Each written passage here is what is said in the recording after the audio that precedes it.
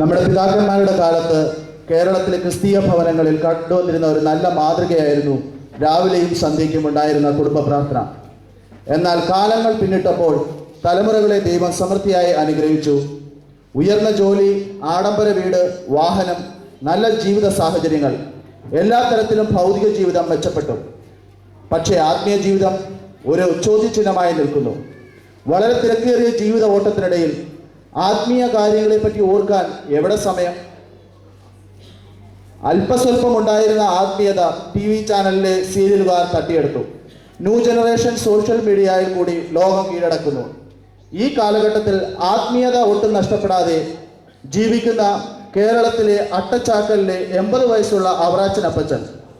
എന്നാൽ ഈ കുടുംബത്തിലെ മറ്റു കുടുംബാംഗങ്ങളുടെ ആത്മീയ താല്പര്യം എങ്ങനെയെന്ന് നേരിൽ കണ്ട് മനസ്സിലാക്കാം.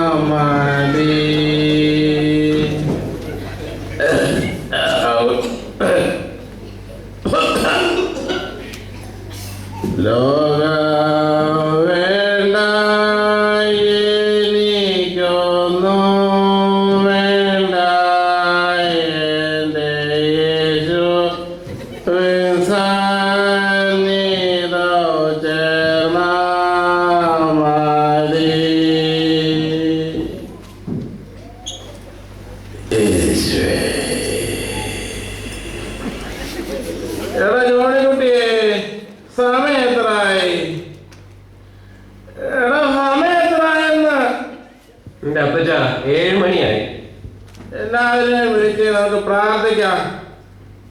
എല്ലാവരും വരാൻ. ജോണി മോനെ വരാന് പ്രാർത്ഥിക്കാൻ വിളിച്ചാ ഒരുത്തനും ഒരനക്കവും ഇല്ലെന്നാണ്. എൻ്റെ അപ്പച്ച ഒന്ന് മിണ്ടാതിരിക്കാവോ? ഞാൻ ഈ അസൈൻമെന്റ് ഒന്ന് തീർത്തോട്ടെ, അതുവരെ ഒന്ന് വായടച്ചിരിക്കുക. വാട്സാപ്പിലായിരിക്കും അസൈൻമെന്റ്. വിനുമോനെ എന്നാ നീയെങ്കിലും ഒന്ന് വാ, നിന്നിലായതിന്റെ പ്രതീക്ഷയല്ല. വിനുമോനെ പ്രാർത്ഥിക്കാൻ നിന്നെ വിളിച്ച. അപ്പച്ച why are you shouting? ഞാൻ ഫേസ്ബുക്കിൽ പോസ്റ്റ് ചെയ്ത ഫോട്ടോയ്ക്ക് എത്ര ലൈക്ക് കിട്ടിയെന്ന് നോക്കിയിട്ട് വരാം. സൂസിമോളെ എന്താ അപ്പച്ച? പ്രാർത്ഥിക്കാൻ വരാൻ. നീ എവിടെ പോയേക്കുവാ? അപ്പച്ച, ഞാൻ എൻ്റെ അമേരിക്കയിലുള്ള ഫ്രണ്ടുമായിട്ട് ചാറ്റ് ചെയ്യുക. ഒരു 5 minutes കഴിഞ്ഞ് പ്രാർത്ഥിക്കാം. എന്താണോ ചാറ്റ് ചെയ്യുന്നത് ആർക്കറിയാം. അവസാനം ആരും ചീറ്റ് ചെയ്യാതെ നീ സൂക്ഷിച്ചോണം. ഒന്ന് പോ അപ്പച്ച, എൻ്റെ കാര്യം നോക്കാൻ എനിക്കറിയാം. അല്ലാമോ ചാക്കോച്ചൻ നീ വന്നില്ലയോ? അച്ചായൻ വയറ് കുറയ്ക്കാൻ ഓടാൻ പോയി അപ്പച്ച. ഡോക്ടർ പറഞ്ഞു ഇന്ന് 1 മണിക്കൂർ ഓടണമെന്ന്. 1 മണിക്കൂർ അവൻ ഓടാൻ സമയമുണ്ട്. 10 മിനിറ്റ് പ്രാർത്ഥിക്കാൻ വിളിച്ചാൽ അവന് സമയമില്ല. ഇങ്ങനെയാണെ അവൻ ഓടും.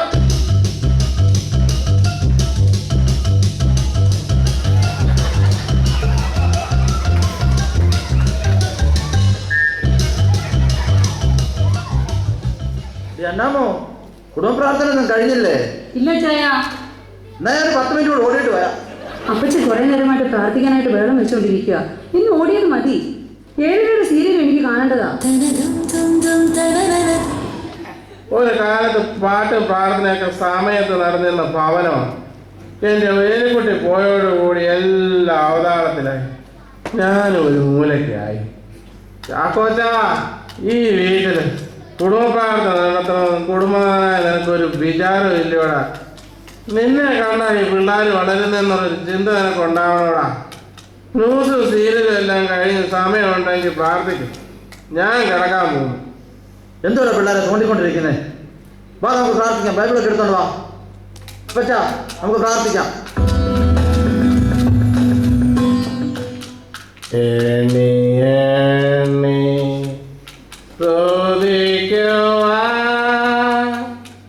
എണ്ണമില്ലാത്ത കൃപകളിതാ ഇതിങ്ങനെയല്ല പാടണേ. ഇതേ കേട്ടോ, ഞാൻ പാടി കേട്ടിട്ട്. Oh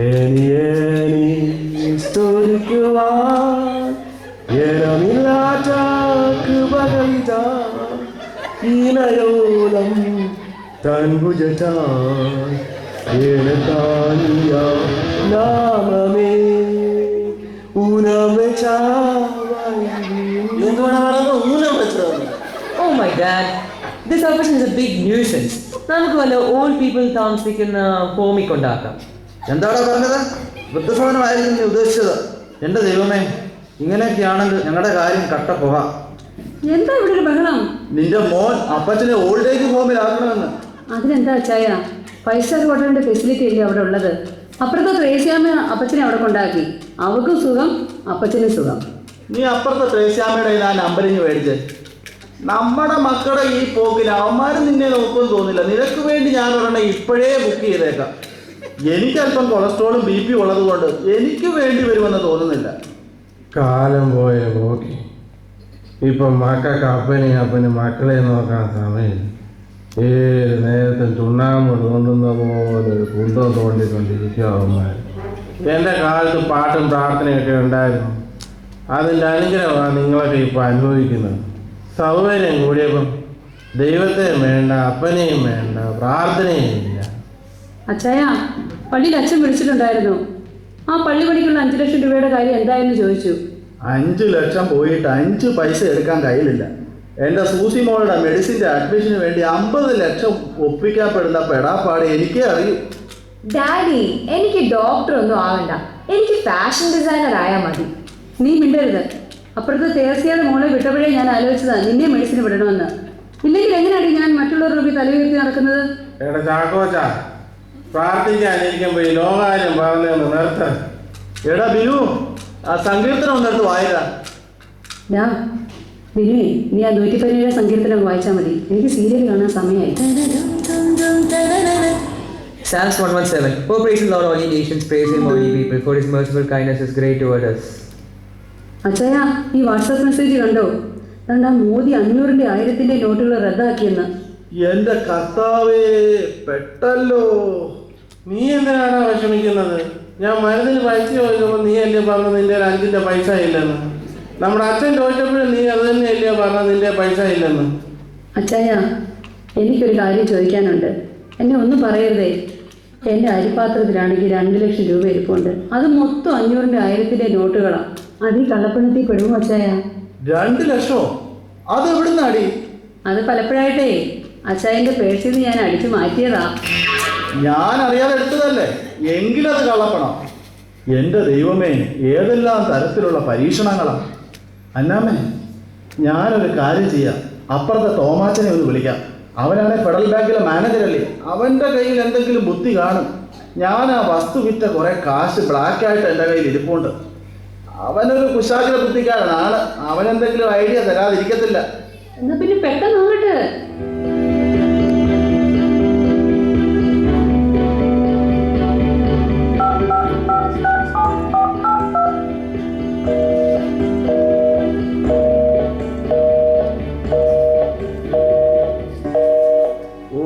നാശം, അവൻ്റെ ഫോൺ എൻഗേജ്ഡ് ആണല്ലോ.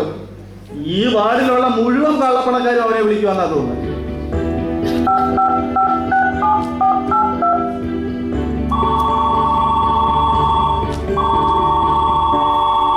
ഹലോ തോമാച്ച, ന്യൂസ് കണ്ടു കാണുമല്ലോ അല്ലേ? ഇന്ന് മോദി 500ഉം 1000ഉം ക്യാൻസൽ ചെയ്തത്. എന്തെങ്കിലും മാർഗമുണ്ടോ?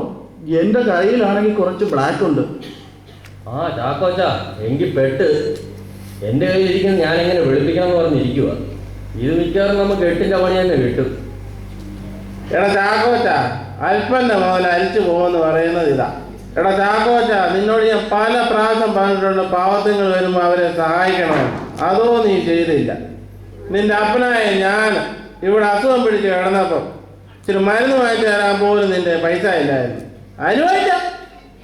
ശവത്തി കുത്തല്ലെൻ്റെ അപ്പച്ച, ഇങ്ങനൊരു പണി കിട്ടുമെന്ന് എൻ്റെ സ്വപ്നത്തിൽ പോലും ഞാൻ വിചാരിച്ചില്ല.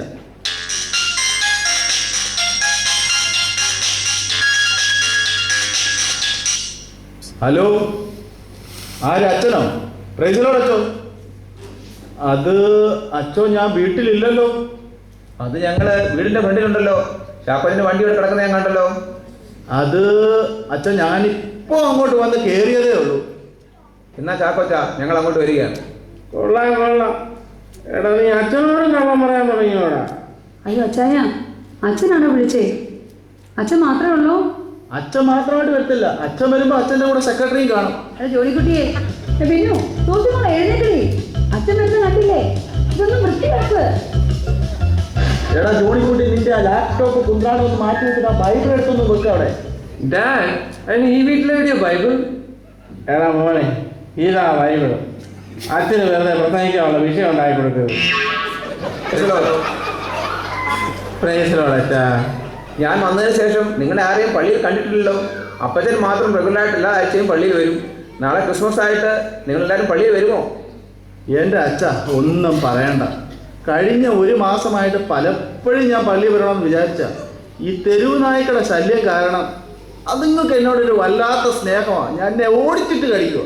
ഇതൊന്നും പള്ളി വരാതിരിക്കാനുള്ള ഒരു കാരണമല്ല. ഇത്രയും പ്രായമായ അപ്പച്ചൻ മുടങ്ങാതെ എല്ലാ ആഴ്ചയും പള്ളി വരാറുണ്ടല്ലോ. നിങ്ങൾക്ക് കാറൊക്കെ ഉള്ളതല്ലേ, നാളെ ക്രിസ്മസ് ആയിട്ടെങ്കിലും പള്ളിയിൽ വരണം. അച്ഛാ, ഞാൻ സത്യമായിട്ട് നാളെ പള്ളി വരണമെന്ന് വിചാരിച്ച. നാളെ ബാങ്ക് തുറക്കുമെന്ന് കേൾക്കുന്നു. ഒരു 4000 രൂപ മാറി എടുക്കണം. കയ്യിലാണെങ്കിൽ 5 പൈസ ഇല്ല സ്തോത്രാഴ്ചയുടെ. പള്ളിയിൽ സ്വൈപ്പിംഗ് മെഷീൻ വാങ്ങിയാലേ കാര്യം നടക്കും. സ്വൈപ്പിംഗ് മെഷീന്റെ കാര്യം ഞാൻ അടുത്ത പ്രാവശ്യം കമ്മിറ്റി പറയുന്നുണ്ട്. അതെങ്ങനെയും നമുക്ക് റെഡിയാക്കി എടുക്കാം. ചാക്കോച്ചൻ ഇതുവരെ റോജി ഫിലിപ്പച്ചന്റെ മെസ്സേജ് കേട്ടിട്ടില്ലല്ലോ. നാളെ അച്ഛൻ്റെ ആ മെസ്സേജ് വന്നൊന്ന് കേൾക്കണം. അച്ഛനാണോ മെസ്സേജ്? അച്ഛൻ പിന്നെ മുഖം നോക്കാതെ പറയും. ചിലപ്പോൾ എനിക്കിത് കൂത്തുന്നുണ്ടോന്നൊരു സംശയമുണ്ട്. എനിക്ക് മാത്രമല്ല, പലരും അങ്ങനെ പറയുന്നുണ്ട്. അല്ലേലും വചനത്തിന് ഇച്ചിരി മൂർച്ച കൂടുതലാ അപ്പച്ചോ. ഇടയ്ക്കിടയ്ക്ക് ഇങ്ങനെ കുത്തൊക്കെ കൊള്ളും. ജോയിമോനെ, നീ ഇപ്പോൾ ഒരുപാട് അങ്ങ് ക്ഷീണിച്ചിരിക്കുവാന്നല്ലോ. സെക്രട്ടറി പണിയുടെ ടെൻഷൻ കാരണമാണ്. ഇനിയെങ്കിലും ആ സ്ഥാനം ഒന്ന് ഒഴിഞ്ഞ് നീ ഒന്ന് സ്വസ്ഥമായിട്ടൊന്ന് ഇരിക്കും. എൻ്റെ പൊന്നപ്പച്ച, ഈ കുരിശൊന്ന് ചുമക്കാൻ ഒരു കുറേനക്കാരനായ ശിമോനെങ്കിലും കിട്ടണ്ടേ. ഇന്ന് യൂസുകാരുടെ ക്രിസ്മസ് കരോൾ പാടാൻ വരുമെന്ന് അറിയില്ലേ? ഇന്ന് ഇവിടെ ആയിരുന്നേ അല്ലേ? നമ്മുടെ സുബിൽ എല്ലാ വാട്സാപ്പ് ഗ്രൂപ്പിലും ഇട്ടിരുന്നല്ലോ, അത് കണ്ടില്ലേ? കണ്ടു. എൻ്റെ അച്ഛൻ ഈ പിള്ളേരെ ഒന്ന് ഉപദേശിക്കണേ. പള്ളിയിലും പോകത്തില്ല, പ്രായമായവർ വന്നാൽ എണ്ണീക്കത്തുമില്ല. ഏത് സമയവും അവന്മാർ ടാബിനകത്ത് വെച്ച് തോണ്ടിക്കൊണ്ടിരിക്കുക. ദൈവവും ഇല്ല, ദേവനുമില്ല. ഇവരിങ്ങനെ പോയാൽ ഞങ്ങളുടെ കുടുംബത്തിൻ്റെ ഭാവി പോക്കാം. അതുകൊണ്ട് അച്ഛൻ ഇവരോടൊന്ന് ചൊവ്വിന് പറഞ്ഞ് മനസ്സിലാക്കിയിട്ടേ പോവാവും. ഇവരെ ദൈവഭാവത്തേക്ക് അച്ഛനൊന്ന് കൊണ്ടുവരണം. കണ്ടില്ലേ അച്ഛൻ വന്നിട്ട് പോലും ഇവന്മാരൊന്നും എണ്ണീട്ടില്ല. ഈ കണക്കിന് കർത്താവ് വന്നാലും ഇതിനൊക്കെ ഇവിടുന്ന് തുറണ്ടത്തേ ഉള്ളൂ. അച്ഛനൊന്ന് പറഞ്ഞ് മനസ്സിലാക്കി കൊടുക്കണേ. സാരമില്ല അപ്പച്ച, ഇവരെയൊക്കെ നമുക്ക് പറഞ്ഞ് മനസ്സിലാക്കാം. ഇവരൊക്കെ നല്ല കുട്ടികളാണ്, നമുക്ക് ഇവരെ പറഞ്ഞ് മനസ്സിലാക്കാം. മോനെ, എഫേസ്യർ 6 ഒന്നൊന്ന് വായിച്ച്. ന്യൂ ടെസ്റ്റ്മെന്റിലാണോ അതോ ഓൾഡ് ടെസ്റ്റ്മെന്റിലാണോ? മോനെ, പുതിയ നിയമത്തിൽ ഗലാത്യർക്ക് ശേഷമാണ്. അതിങ്ങനല്ല, ഞാൻ വായിക്കാം. മക്കളെ, നിങ്ങളുടെ അമ്മ അപ്പന്മാരെ കർത്താവിനനുസരിപ്പിൻ, അത് അന്യായമല്ലോ. മോനെ, അതങ്ങനെയല്ല. മക്കളെ, നിങ്ങളുടെ അമ്മയപ്പന്മാരെ കർത്താവിനനുസരിപ്പി, അത് ന്യായമല്ലോ. അങ്ങനെയാണ് എഴുതിയിരിക്കുന്നത്. നമ്മുടെ മാതാപിതാക്കൾ ദൈവത്തെ അനുസരിച്ചുകൊണ്ടാണ് അവ ഈ നന്മകളൊക്കെ അനുഭവിക്കാൻ ദൈവം ഇടയാക്കിയത്. അതുപോലെ നാമും നമ്മുടെ മാതാപിതാക്കളെ അനുസരിച്ചുകൊണ്ട്, ദൈവത്തെ അനുസരിച്ചുകൊണ്ട് നമ്മൾ ജീവിക്കുമ്പോൾ മാത്രമേ നമുക്ക് ഭൗതികമായ നന്മകളും ആത്മീയമായ നന്മകളും ലഭിക്കുകയുള്ളൂ. അതുകൊണ്ട് നമ്മൾ ആദ്യമായിട്ട് നമ്മുടെ മാതാപിതാക്കളെയും ദൈവത്തെയും അനുസരിക്കുക. കുടുംബ പ്രാർത്ഥന മുടങ്ങാതെ നടത്തണം. അതുപോലെ തന്നെ ആരാധനയിലും മ്യൂസിക്കുകളിലും നിങ്ങൾ സജീവമായിട്ട് പങ്കെടുക്കണം. നിങ്ങൾക്ക് തന്നിരിക്കുന്ന ടാലന്റുകൾ കർത്താവിന് വേണ്ടി വിനിയോഗിക്കണം. അതുമൂലം നിങ്ങളെ കർത്താവ് ആത്മീയമായും ഭൗതികമായിട്ടും അനുഗ്രഹിക്കും. ഈ കാര്യത്തിൽ നിങ്ങൾക്ക് എനിക്ക് ഉറപ്പ് തരാൻ പറ്റുമോ? ശരി വെച്ചോ, ഞങ്ങൾ ഇനി കുടുംബ പ്രാർത്ഥന മുടക്കില്ല. ആരാധനയിലും യൂസ്യൂലിലും ഞങ്ങൾ സജീവമായിട്ട് പങ്കെടുക്കും. നമ്മുടെ കരോടുകാരാ വരുന്നതെന്ന് തോന്നുന്നു. അവര് വന്ന് നമുക്ക് പ്രാർത്ഥിച്ചിട്ടൊക്കെ പോവാച്ചോ.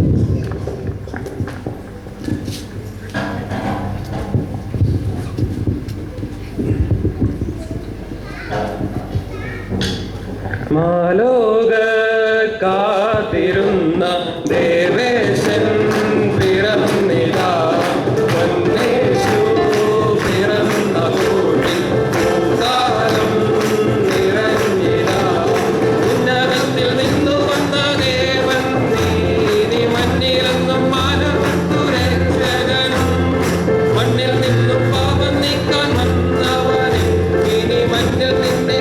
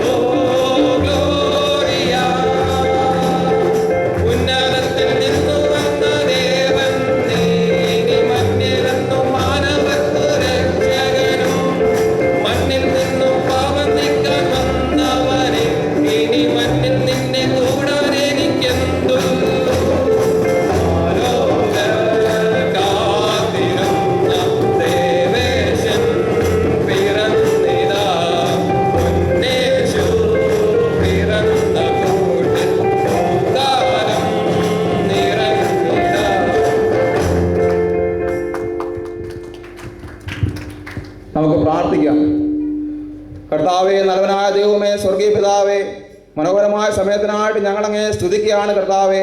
ഹല്ലേലൂയ. കർത്താവേ, അങ്ങ് ജനിച്ചതിൻ്റെ ഓർമ്മ കർത്താവേ ലോകമെങ്ങും കൊണ്ടാടുന്ന ഈ അവസരത്തിൽ കർത്താവേ ഈ കുടുംബത്തിൽ കടന്നു വന്ന് കർത്താവേ അങ്ങേ സ്തുതിപ്പാൻ ഞങ്ങളുടെ ജീവിതത്തിന് അവസരത്തിനായിട്ട് ഞങ്ങളങ്ങേ സ്തുതിക്കുകയാണ്.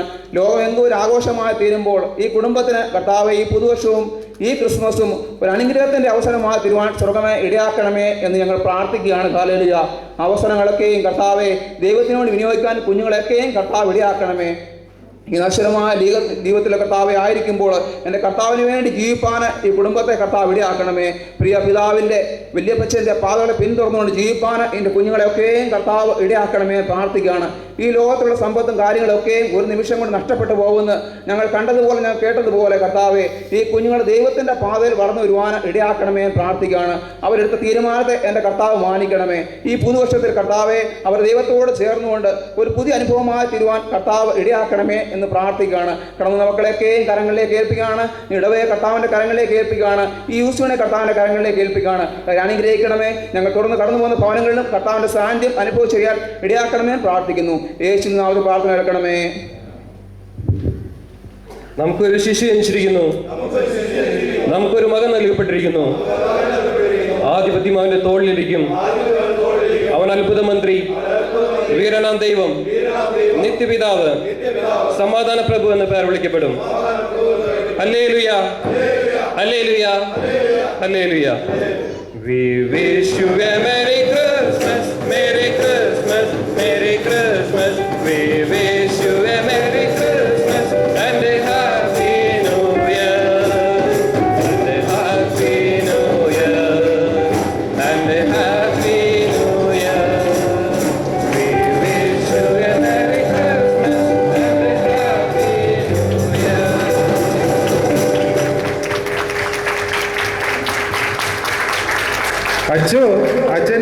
ചാക്കോച്ചന് പ്രയോജനം ഉണ്ടെന്നാണ് തോന്നുന്നത്. സാധാരണ 10 രൂപ മാത്രം സംഭാവന തരുന്ന ചാക്കോച്ചൻ ഈ പ്രാവശ്യം 1000-ന്റെ ഒറ്റനോട്ടാണ് തന്നേക്കുന്നത്. നാളെ ബാങ്കിൽ പോയി സെക്രട്ടറിനെ അത് മാറിക്കോ.